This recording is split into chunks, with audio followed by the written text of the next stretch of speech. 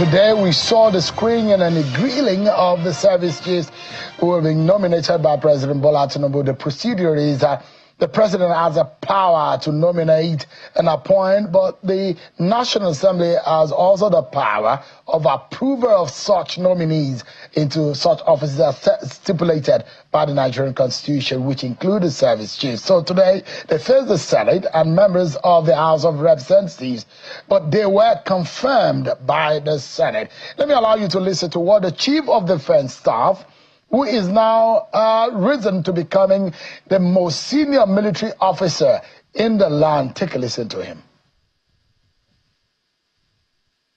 Being a service chief in Nigeria, it's something that requires courage, extreme dedication and commitment. And that means you have to submit yourself totally to not sleeping, to not having any time of yours, and doing everything under duress to make Nigeria safer. We all know that we are dealing with every kind of warfare these days, which includes cyber crimes, cyber warfare, cyber attacks, and all in that light. And it's important for us as a country to checkmate the kind of misinformation that's out there. Because if this is not checkmated and on time, I think our challenges will be far from over. That was the Chief of Defense Staff who will be leaving a role as the Chief of Army Staff. But the man that will be replacing him in that role also has a way and approach in which he thinks that things should run when he gets into office in taking charge of one of the most vibrant armies in Africa. Take a listen to the Chief of Army Staff designate. So we are going to improve our night fighting capability to counter those threats. We will leverage on intelligence to give us the requisite intelligence to deal with this issue, emphasizing synergy with all security agencies to the extent that we have effective multi-domain and multi-agency operations to tackle that threat. And I believe this will go a long way to stem those tides. For troops welfare, the fighting power, the components of fighting power, the moral component is an important aspect, and welfare of troops is a cardinal point in that issue. All right, now, there were a lot of development in this country. When the service chiefs will go in front of the lawmakers and in front of Nigerians, and they're promising how they will get things done and keeping the nation together, there is a history to that. In 1999, Nigeria returned to democratic rule, to the delight of international community, putting an end to series of military coup and military junta. Nigerians, home and abroad, are expectant of some level of governance and some kind of freedom, financial, democratic, and in a lot of ways civil freedom, and assurance that the people's government will satisfy the yearnings of the people, spur rapid development, and return the country to its rightful place in the community of nations. Just a reminder here that the freedom was not served a la carte. There are those who fought with it with their own blood and lives. There are those who were in the trenches, who went on exile to fight for this democracy that we are all enjoying. Some paid the supreme price. It is not in dispute that there are bound to be teeth and problems, especially at the beginning of the new journey. However, 26 years after, rumors of a coup d'etat will spread dissatisfaction, insecurity, much that the chairman House Committee on Internal Security said yesterday that there is a threat by terrorists to bomb the National Assembly. The question is our democracy under threat? I'm being joined by our political and policy analyst, Kolextv Johnson. Thank you so much indeed for coming on tonight. Thank you. Thank you. We're not hold back. And tonight we're going to be hitting the nail on the head. We're at a junction in our political and democratic life that we need to take ourselves seriously as a people if the rest of the world will take us seriously. The question I ask first is our democracy under threat? Kolextv.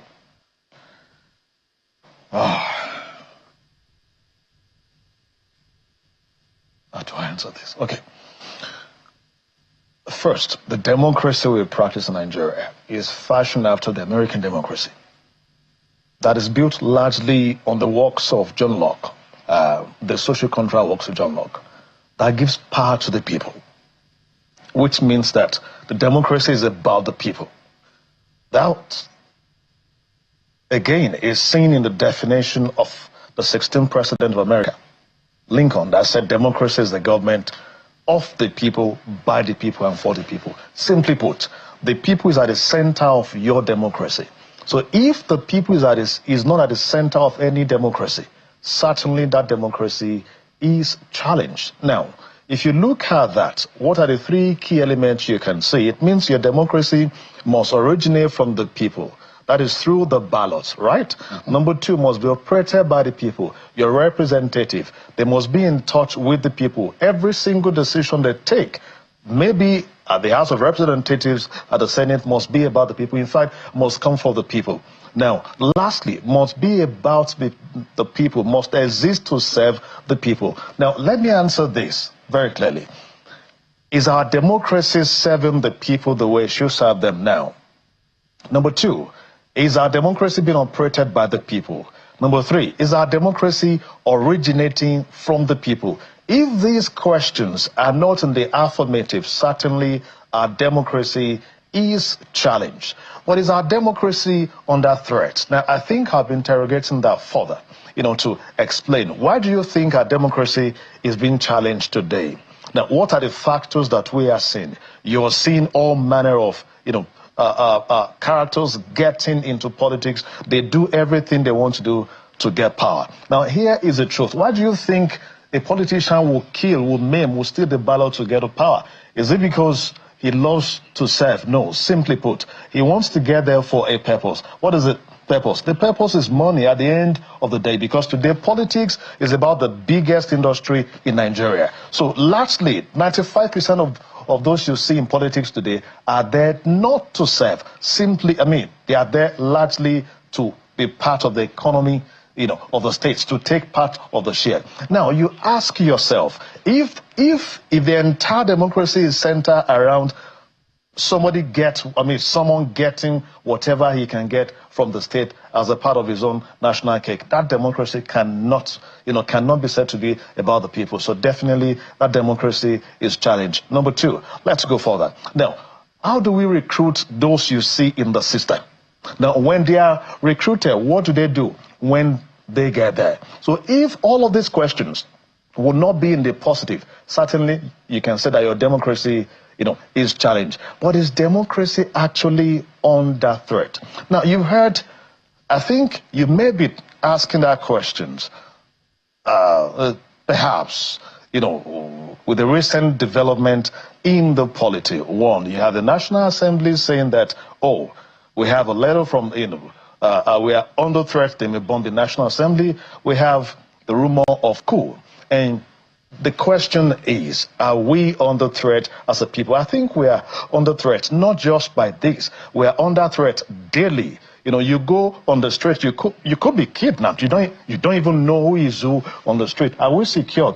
The answer is no. So it is not just the democracy that is under threat. We are all under threat. I don't believe there is a coup. But when there's a plan for a coup, but you see a report that some houses are being raided. There's a quick action a few days after the rumor came out. There are stories about people being arrested and being kept and being investigated. And these are pointers to the fact that we are in interesting times. And you see just how many countries of Africa that have now been taken over by military boys. The question is that what can we do to ensure that what has become a dissenting voice or alleged coup the question that we need to answer is why has there not been a clear communication to that effect? The military has spoken, but the leadership, political leadership of the country seem to have been silent about it. So, I must confess this. This is about the most, professional handling I've seen of crisis in Nigeria. And you must give it to the military. The way this has been handled, I don't think you want them to come out and say there's a coup d'etat. And I'll explain why.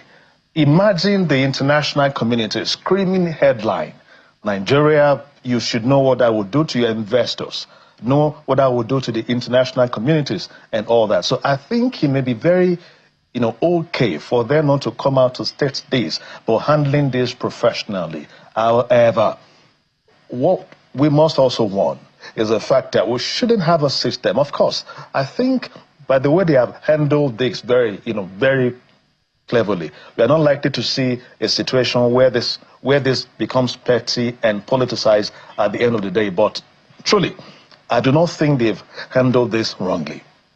Yeah. But so the big question here is that this new service chief that we've seen being screened today, can they deliver? Or how would you say they can handle the situation? Things are already tense anyway. There's a lot of speculation.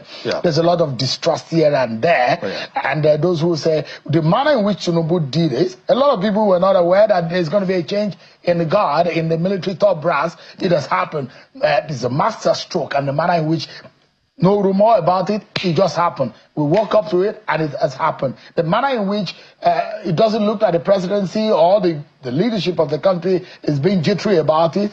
But the bigger question is, how do they then go forward in who told you they were not jittery? Who told you that? Well, maybe they didn't show it. Of course. That is part of the element of leadership. That they've done perfectly well. But here's the truth. The dimension I think I was scared of is the fact that you have some people who are already saying, oh, this is not true. Maybe they staged this to get out some people. You wonder, the former service chiefs who were chiefs, sitting chiefs. So how can you bring a rumor of coup to take them out? I don't think that is healthy for the polity. That again shows the kind of division you have in the polity. See, let me take you back to the First Republic.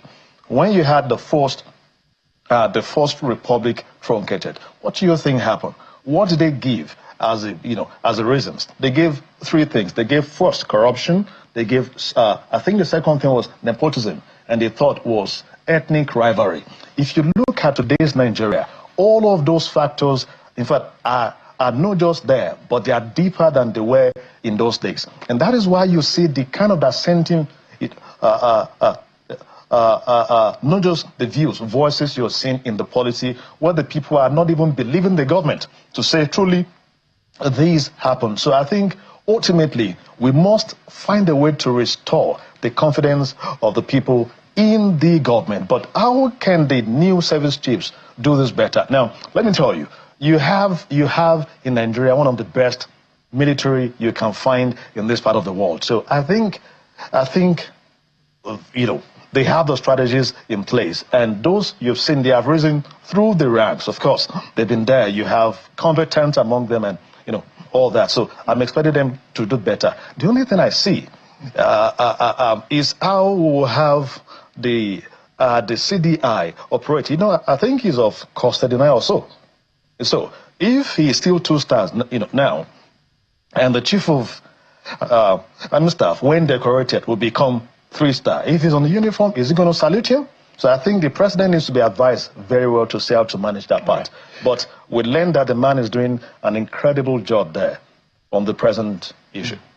Let's go for another break. But when we come back, I'd like to know, is the political class sensitive enough about the situation? Just a moment. It's not going to be an answer for now. Okay. But something that we all need to ruminate, and I'll get your views on it.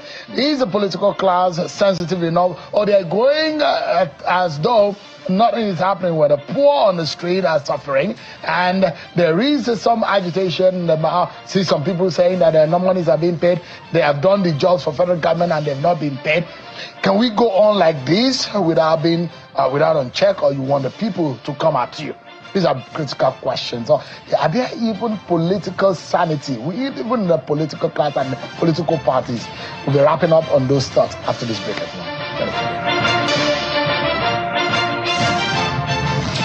Thanks so much, everyone, for staying with us. Kolextv Johnson is a political policy and governance analyst and is thinking with us on the state of our nation, especially the dynamics of the new service chiefs that have come into play and how that affects our democracy.